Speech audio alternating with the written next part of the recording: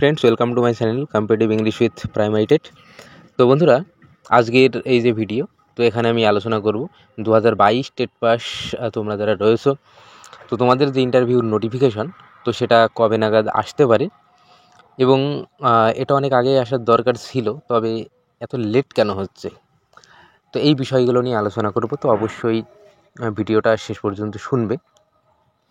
তো দেখো, 2022 টেট পাসদের যে ইন্টারভিউ নোটিফিকেশন, অর্থাৎ যেটা আগামী 25 সালেই আসবে, যেটা এই ডিসেম্বরেই চলে আসার কথা ছিল, তবে সেই যে সম্ভাবনা, তো সেই সম্ভাবনাটা কিন্তু ক্ষুণ্ণ হয়ে গেছে। ওই সেটা কিন্তু 25 সালে অবশ্যই আসবে। তো এবার এই যে নোটিফিকেশন আসতে এত বিলম্ব কেন হচ্ছে, তো বেশ কিছু কারণ কিন্তু এখানে রয়েছে। তো দেখো, একদম প্রথম যে সমস্যাটা, যেটা ইতিমধ্যে মাথা চাড়া দিয়েছে, সেটা হলো এই যে ওবিসি মামলা। তো এই ওবিসি মামলাটা কিন্তু বর্তমানে একটা সমস্যার কিন্তু কারণ। তো এই ওবিসি মামলাটা আবার পরের মাসে শুনানি রয়েছে। তো দেখা যাক কি হয়, মামলাটা সেদিন নিষ্পত্তি হয় কিনা, বা ভালো কিছু পজিটিভ কিছু উঠে আসে কিনা, সেটা দেখার। তো এই ওবিসি মামলাটা কিন্তু প্রথম অন্তরায় কিন্তু হয়ে দাঁড়িয়েছে। আচ্ছা, শুধু কি ওবিসি মামলা? না, শুধু ওবিসি মামলা না, আর বেশ কিছু বিষয় রয়েছে, যেটা হলো একটা রিক্রুটমেন্ট শুরুর আগে যেসব প্রসেসিংগুলো মানা হয়, তো সেগুলোও কিন্তু তারপর এগুলো এই ওবিসি মামলার পাশাপাশি সেগুলোও রয়েছে। কী? আচ্ছা, আরেকটা আমি মামলার কথা বলি, সেটা হলো 2022 মামলা। তো 2022 মামলাটা কি, তোমরা অনেকে হয়তো এটা জানো না, তোমরা যারা নতুন। তবে এই যে 2022-এর একটা 2022-এর প্যানেলের ক্ষেত্রে একটা অন্তরায় ছিল 2022 মামলা। তাহলে 2022 ডিএলএড যে মামলা, তো সেই মামলাটা কিন্তু এখনও পর্যন্ত নিষ্পত্তি হয়নি। তো সেটাও কিন্তু এখন সুপ্রিম কোর্টে পেন্ডিং রয়েছে। তো সেটার এখনও পর্যন্ত সমাপ্তি হয়নি। তো সেটাও কিন্তু এক প্রকার বলতেই পারো ওটাও কিন্তু একটা অন্তরায়। এখন পর্ষদ যদি বেঁকে বসে যে 2022 মামলাটা রয়েছে, তাই ওটার সমাধান না হলে আমরা নোটিফিকেশন দিতে পারছি না, তাহলেও কিন্তু কিছু করা যাবে না সেই অর্থে। যদিও পর্ষদ যদি মনে করে, পর্ষদ অনেক কিছু করতে পারে। যাই হোক, তো আমি পয়েন্টগুলো বলছি যে কোনগুলো পয়েন্ট, এইসব সমস্যাগুলো কিন্তু রয়েছে, যে কারণে কিছুটা বিলম্বিত হচ্ছে। তাহলে ওবিসি মামলা গেল, 2022 মামলা গেল। আচ্ছা, তারপরে কি দেখো, যখন একটা রিক্রুটমেন্ট শুরু হয়, তো একটা রিক্রুটমেন্ট শুরু হওয়ার আগে বেশ কিছু কাজ থাকে। সেটা কি, শিক্ষক শিক্ষিকাদেরকে কিন্তু একটা ট্রান্সফার করিয়ে নেওয়া হয়, ট্রান্সফার করানো হয়। সেটা কিসের ভিত্তিতে? সেটা একটা সারপ্লাস লিস্ট। এই ডিসেম্বরেই কিন্তু, ডিসেম্বরের একেবারে শেষের দিকে একটা সারপ্লাস টিচারের একটা লিস্ট আসবে। অর্থাৎ আমরা যেটা জানি, ছাত্র শিক্ষক যে অনুপাত, মানে রেশিও, যেটা স্টুডেন্ট টিচার যে রেশিও, আমরা যেটা জানি যে একজন শিক্ষক পিছু 30 জন করে ছাত্রছাত্রী থাকে। তো এই যে রেশিও অনুযায়ী দেখা হয় কোন স্কুলে কেমন কি শূন্যপদ হচ্ছে। কোন স্কুলে হয়তো দেখা গেল যে সেখানে শিক্ষক বেশি রয়েছে, শিক্ষক শিক্ষিকা বেশি, ছাত্রছাত্রী কম। তাহলে সেখান থেকে, যেহেতু সেখানে শিক্ষক বেশি আছে, তাহলে সেখান থেকে শিক্ষককে তুলে অন্য যে স্কুল, হয়তো অন্য কোনো একটা স্কুল আছে যেখানে ছাত্রছাত্রী বেশি আছে, শিক্ষক কম, তাহলে সেখানে কিন্তু এই শিক্ষককে নিয়ে গিয়ে স্কুলে দিয়ে দেওয়া হয়। তো এই সারপ্লাস টিচারগুলোকে এইভাবে কিন্তু আগে বদলি করিয়ে দেওয়া হয়। তাহলে সারপ্লাস টিচারগুলো যদি ঠিকঠাক বদলি করানো হয়, মানে ট্রান্সফারগুলো যদি করিয়ে দেওয়া হয়, তখন কিন্তু সব কিছু ভালোভাবে বোঝা যায়, হ্যাঁ, যে সারপ্লাস টিচার বদলি হয়ে গেছে। এবারে কিন্তু দেখা সহজ হয় যে কোথায় মানে কোন স্কুলে আমার টিচার প্রয়োজন।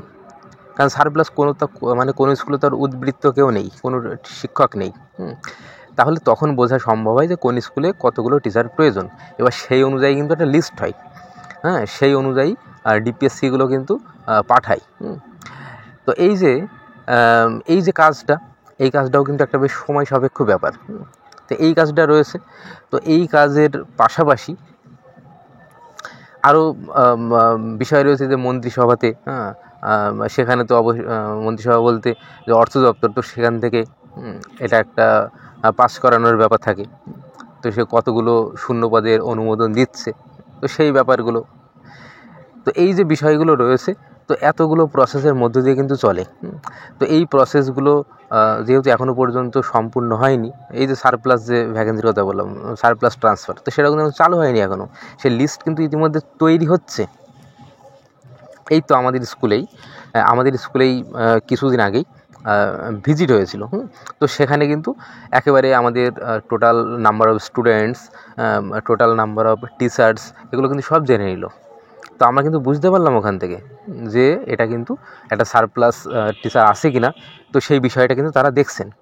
তো এরপরেই এই যে একটা তারা ভিজিট করেছিল, তো এই স্কুল ভিজিট করলো, এই স্কুল ভিজিটের পরপরই কিন্তু এই ডিসেম্বরের শেষের দিকে তোমরা শুনতে পাবে যে সারপ্লাস টিচার ট্রান্সফারের যে লিস্ট সেটা চলে এসেছে।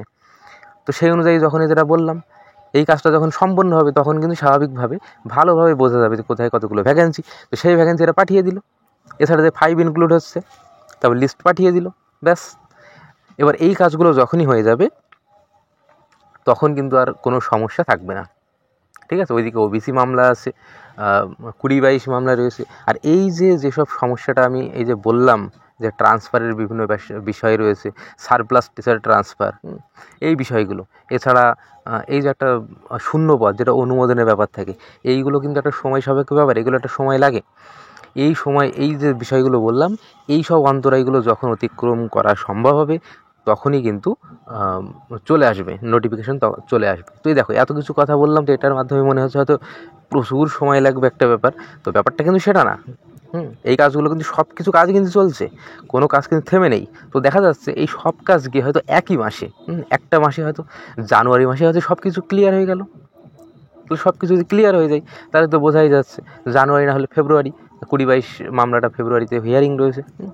তো যদি মিটে যায় তাহলে তো বোঝাই গেল, ব্যাস। জানুয়ারি না হলেও ফেব্রুয়ারিতে কিন্তু মোটামুটি নোটিফিকেশান আসার একটা সম্ভাবনা রয়েছে। যে বিষয়গুলো আমি বললাম এই বিষয়গুলো মিটে গেলে, আর আশা করছি এই বিষয়গুলো সবই মিটে যাবে এবং তারপরেই কিন্তু নোটিফিকেশান চলে আসবে। তো যাই হোক, তোমরা অনেকেই কিন্তু এই বিষয়গুলো বলছো।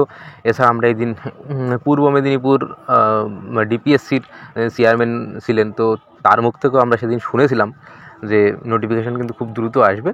তো পূর্ব মেদিনীপুর, তো তারাও কিন্তু নতুন টিচার পায়নি। আমরা জানি নদিয়া জেলা এবং পূর্ব মেদিনীপুর জেলা, এই দুটো জেলায় কিন্তু ভ্যাকেন্সি ছিল না যখন 2022-এ রিক্রুটমেন্ট হয়।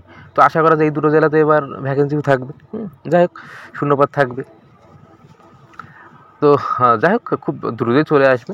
যেগুলো বললাম এইসব অন্তরায়গুলো রয়েছে, তো এটাই চাইবো এই অন্তরায়গুলো খুব দ্রুত কেটে যাক এবং তাড়াতাড়ি ভ্যাকেন্সি আসুক এবং নতুন শিক্ষক নিয়োগের যে পথ সেটা সুগম হোক।